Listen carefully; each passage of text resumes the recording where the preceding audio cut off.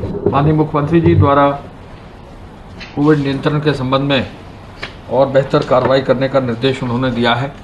आज उन्होंने ये निर्देश दिया है कि जिले स्तर पर जिलाधिकारी, सीडीओ और जो सीएमओ हैं उनको जो है और उनका कार्यक्षेत्र, उनको जो है वित्तीय अधिकार भी और उनके लेवल पर फ्लेक्सिबिलिटी का भी आदेश और दिया है।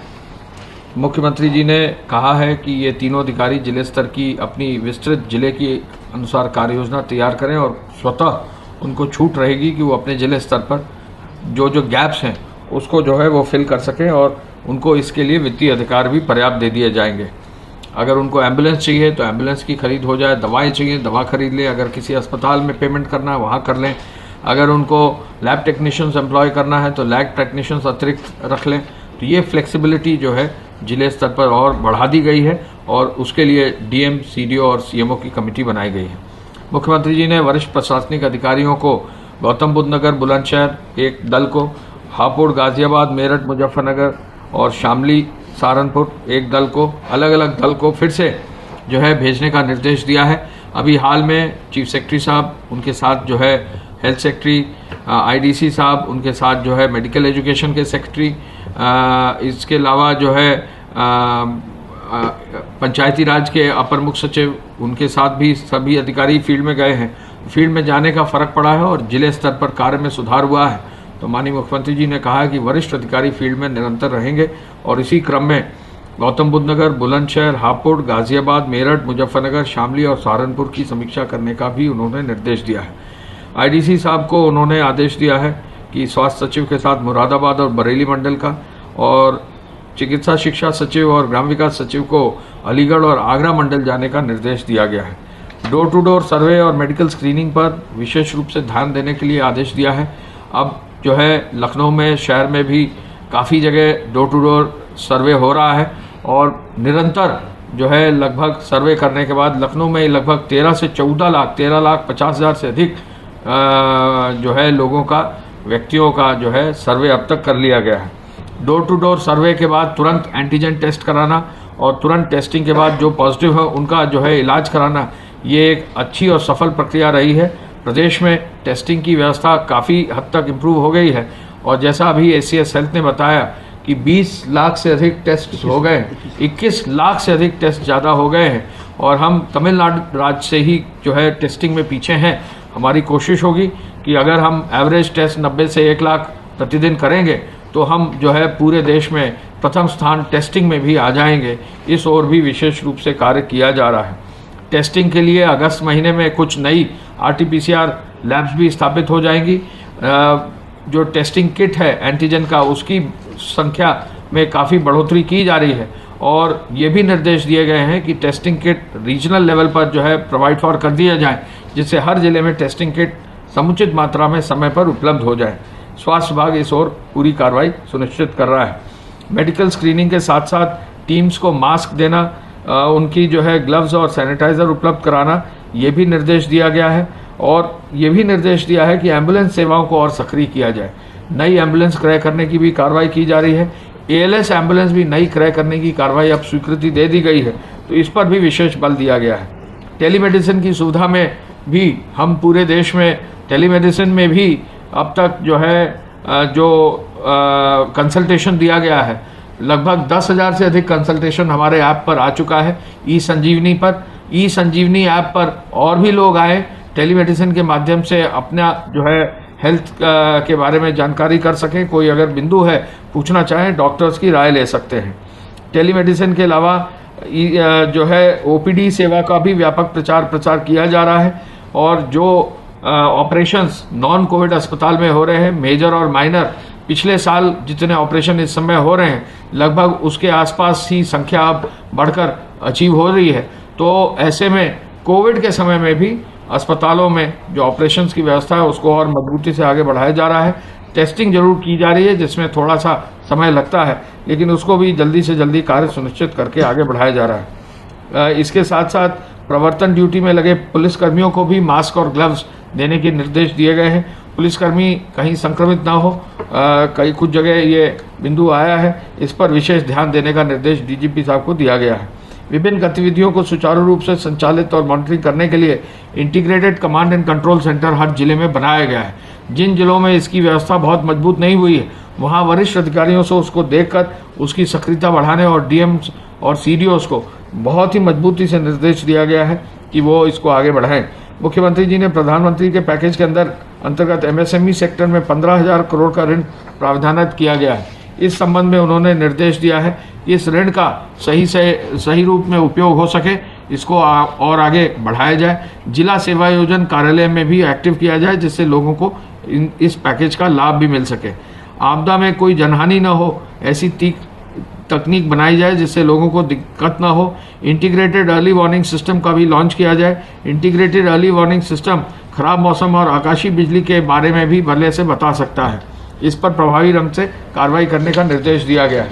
हम ये भी आपको बताना चाहेंगे कि कल तक धारा 188 में 1,57,992 FIR दर्ज कर दी गई हैं। 3,29,000 लोगों को जो है इसमें नामजद किया गया है। लोगों को ये हिदायत है कि 188 के अंतर्गत कोई कार्रवाई ना हो, पूरी तरह से जो है पालन करें। मास्क के बारे में ज़रूर कहना चाहूँगा कि कई जनपदों में जो है ऐसा पाया गया है, ग्रामीण क्षेत्र में, शहरी क्षेत्र में, कि मास्क लोग अगर नहीं पहन रहे हैं तो उस पर कार्रवाई बहुत आवश्यक है। लोगों से अपील है, हिदायत है कि मास्क अगर नहीं पहनेंगे तो 500 रुपये का जुर्माना होगा। बेहतर होगा कि मास्क सभी पहने, बच्चे हो, बड़े हो, जवान हो, वरिष्ठ नागरिक जन हो, कोई भी हो, सरकारी कर्मचारी हो, कोई हो, मास्क में जो है कोई कमी और कोताही नहीं होनी चाहिए। अब तक 54 करोड़ 40 लाख का शमन शुल्क वसूल हो गया है। 771 मामलों में कालाबाजारी या जमाखोरी में कार्रवाई की गई है। और इस बीच में जो है अब हॉटस्पॉट्स की संख्या बढ़ी है, क्योंकि संख्या अब होकर 7,394 हो गई है 1,057 थानों में, और 12,16,000 मकानों में 71,82,000 लोग हैं, जहां पॉजिटिव लोगों की संख्या 25,000 है। इन पर विशेष ध्यान देने की आवश्यकता पड़ेगी। एक्टिव इन्फेक्शन के केसेस की कुल संख्या 29,997 है। जो लोग संक्रमित होने के पश्चात पूर्णतः उपचारित होकर डिस्चार्ज किए जा चुके हैं, उनकी संख्या अब बढ़कर 45,807 हो गई है। संक्रमित व्यक्तियों में से अब तक कुल 1,530 लोगों की मृत्यु हुई है। इस समय आइसोलेशन वार्ड्स में 30,008 लोगों को रखकर उनका इलाज किया जा रहा है। फैसिलिटी क्वारंटाइन में इस समय 3,160 लोग हैं, जिनके सैंपल लेकर उनकी जांच करवाई जा रही है। जांच के पश्चात जैसी स्थिति होगी संक्रमण की, उसके हिसाब से इनकी चिकित्सा की व्यवस्था की जाएगी। प्रदेश में कल 87,754 सैंपल्स की जांच की गई। इन 87,754 सैंपल में से 52,195 एंटीजन टेस्ट से और बाकी RT-PCR एवं ट्रूनेट के माध्यम से टेस्ट किए गए। अब तक प्रदेश में 21,20,843 टेस्ट किए जा चुके हैं। जनपदों के द्वारा निरंतर प्रयोगशालाओं को सैंपल्स भेजे जा रहे हैं और कल भी जनपदों के द्वारा प्रयोगशालाओं को 35,163 सैंपल्स भेजे गए थे। पूल टेस्ट के अंतर्गत 5-5 सैंपल के 2,378 पूल लगाए गए, जिनमें 356 में पॉजिटिविटी देखी गई तथा 10-10 सैंपल के 386 पूल लगाए गए, जिनमें 107 में पॉजिटिविटी आई। सर्वेलेंस की कार्रवाई के अंतर्गत अब तक 38,523 इलाकों में 1,98,032 टीम दिवस के माध्यम से 1,42,68,321 घरों का सर्वेलेंस किया गया है, जिसमें 7,22,91,972 लोग रहते हैं। आरोग्य सेतु ऐप में आप जानते हैं कि उसमें अलर्ट जनरेट होता है। अगर आप किसी संक्रमित व्यक्ति के करीब जाएंगे और अगर आपने अपने स्मार्टफोन में आरोग्य सेतु ऐप डाउनलोड किया हुआ है और उस संक्रमित व्यक्ति के स्मार्टफोन में भी अगर आरोग्य सेतु ऐप है तो आपको वो एक अलर्ट जनरेट करता है ऐप, और उससे वो आप सावधान हो सकते हैं कि हमें सावधानी बरतनी है, हमें सामाजिक दूरी बरतनी है, हमें अपने चेहरे पर मुंह और नाक को ढक कर रखना है, अपने हाथ को बार बार साबुन पानी से धोते रहना है। तो जिन लोगों को अलर्ट जनरेट हुए हैं इस ऐप के माध्यम से, उसमें से अब तक हम 5,08,006 लोगों को कॉल कर चुके हैं। यह कॉल स्वास्थ्य विभाग के कंट्रोल रूम और सीएम हेल्पलाइन से निरंतर किए जाते हैं, और सीएम हेल्पलाइन से ये कॉल बड़ी संख्या में निरंतर किए जा रहे हैं। आप जानते हैं कि हमारे कंट्रोल रूम का नंबर 1800-180-5145 है, और अगर आपको किसी प्रकार के लक्षण दिखाई पड़ते हैं तो आप इस नंबर पर फ़ोन करके सलाह ले सकते हैं। ई संजीवनी एक बहुत अच्छा प्लेटफॉर्म है और आप लोगों को कोविड के काल में इसका उपयोग करना चाहिए।